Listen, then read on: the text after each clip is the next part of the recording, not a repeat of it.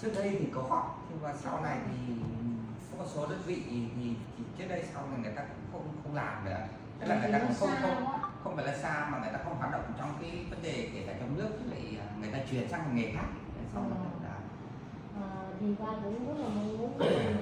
cái sản phẩm của mình được phát triển ở bên Campuchia, nhưng mà với cái giá cả và với cái ý ta nói là xa quá rồi, không biết là cái giá mọi người có phí vận chuyển có gì nó rất là cao, nó là như vậy cha ta gì thế. Hay dương ở trong bán chung muaផលរបស់Việt Namទៅកម្ពុជាណា Ba muốn cái thương hiệu này qua đến Campuchia. រឿងនេះកាលពីមុនមកយើងដឹងថាតាំងពីប្រទេសវៀតណាមទឹកម្ដងក៏វៀតណាមពុំបានគិតទៅដល់ទីគុណភាពដែរតែដល់ថ្ងៃនេះខ្ញុំជឿជាក់ថាគ្រប់ទំនិញរបស់វៀតណាមដែលបាននាំចូលទៅកម្ពុជានោះគឺវាហាក់បីដូចជាគុណភាពកាន់តែប្រសើរឡើង Lúc trước thì những cái sản phẩm, các sản phẩm của Việt Nam thì có một số sản phẩm tốt và một cái sản phẩm không đủ chất lượng, nhưng giờ ba về thấy được, nhìn thấy được cái công nghệ của bên mình nó đạt rất là cao. ហើយខ្ញុំក៏អរគុណច្រើនហើយចំពោះរដ្ឋាភិបាលវៀតណាមក៏ដូចជាវិស័យឯកជនវៀតណាមដែលបានជួយជ្រោមជ្រែងនៅពេលដែលយើងមានបញ្ហាជាមួយថៃ Ba cũng cảm ơn dân Việt Nam mình cũng như là hỗ trợ cho bên Campuchia những lúc khó khăn, lúc mà Thái Lan nó cắt nguồn đó. Ba cũng rất là cảm ơn tất cả những cái người này. ហើយវៀតណាមបច្ចុប្បន្នពីមុនដូចឥឡូវគឺថា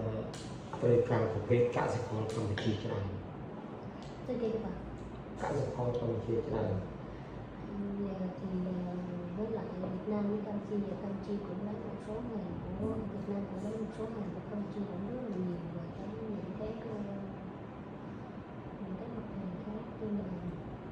là nói chung ra là ba cũng rất là mong muốn những cái sản phẩm của mình đưa qua Việt Nam là cái giá tốt nhất để mà mình được triển khai cái thị trường đó. ហើយក្នុងវិស័យយើងបាយមកវិស័យសំណល់ស៊ីម៉ងយើងវិញតែពិតខ្ញុំខំមានកិច្ចសហប្រតិបត្តិការជាមួយរោងចក្រដើម្បីសិក្សាពីគ្នាទៅវិញទៅមកថាតើអាចបញ្ជូនទៅលក់នៅកម្ពុជាតម្លៃយ៉ាងម៉េចហើយគុណភាពយើងក៏គួរប្រជែងជាមួយគេនោះយ៉ាងម៉េចដែរអញ្ចឹងបងប្អូនរបស់ខ្ញុំគឺចង់មានកិច្ចសហប្រតិបត្តិការមួយគ្នា Mà cái đó nãy giờ em cũng nói là cái new ra đó là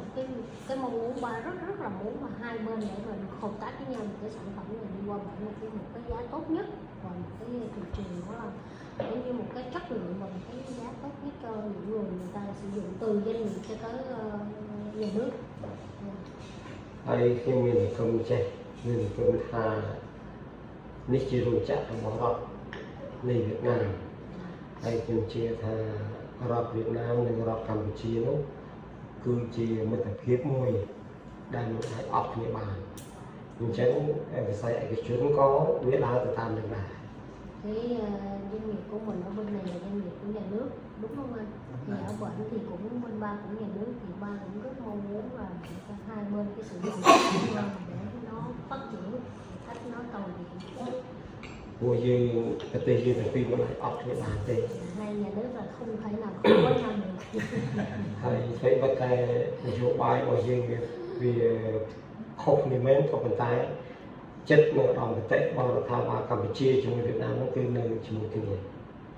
Là tuy là hai đất nước là khác nhau nhưng mà là cái tình anh em, tình hữu người anh em nó vẫn là sự đoàn kết. từ xưa đến nay rồi. ហើយខ្ញុំក៏អរគុណដែលវៀតណាមបានរកទីផ្សារធំនៅសហរដ្ឋអាមេរិកក៏ដូចជាសហគមន៍អឺរ៉ុបយើងអបអរសាទរឲ្យវៀតណាមក៏មិនភ្លេចកម្ពុជាដែរគឺប្រមូលរាល់កសិផលកម្ពុជាដើម្បីផលិតនាំចេញទៅប្រទេសទាំងនោះ Thì ba nói rồi cảm ơn Việt Nam cũng là thị trường phát triển thì các nước từ Mỹ cho tới các nước và luôn cả Campuchia. Ba cũng muốn là mọi người để phát triển qua đó để mình cùng với nhau Chân dương miền Tây Châu lơ Sam Kỳ Phiệp chúng tôi cầm trên Việt Nam vô miền Tây Nam cái đối với tổ chức trên các bạn nè sống ở cùng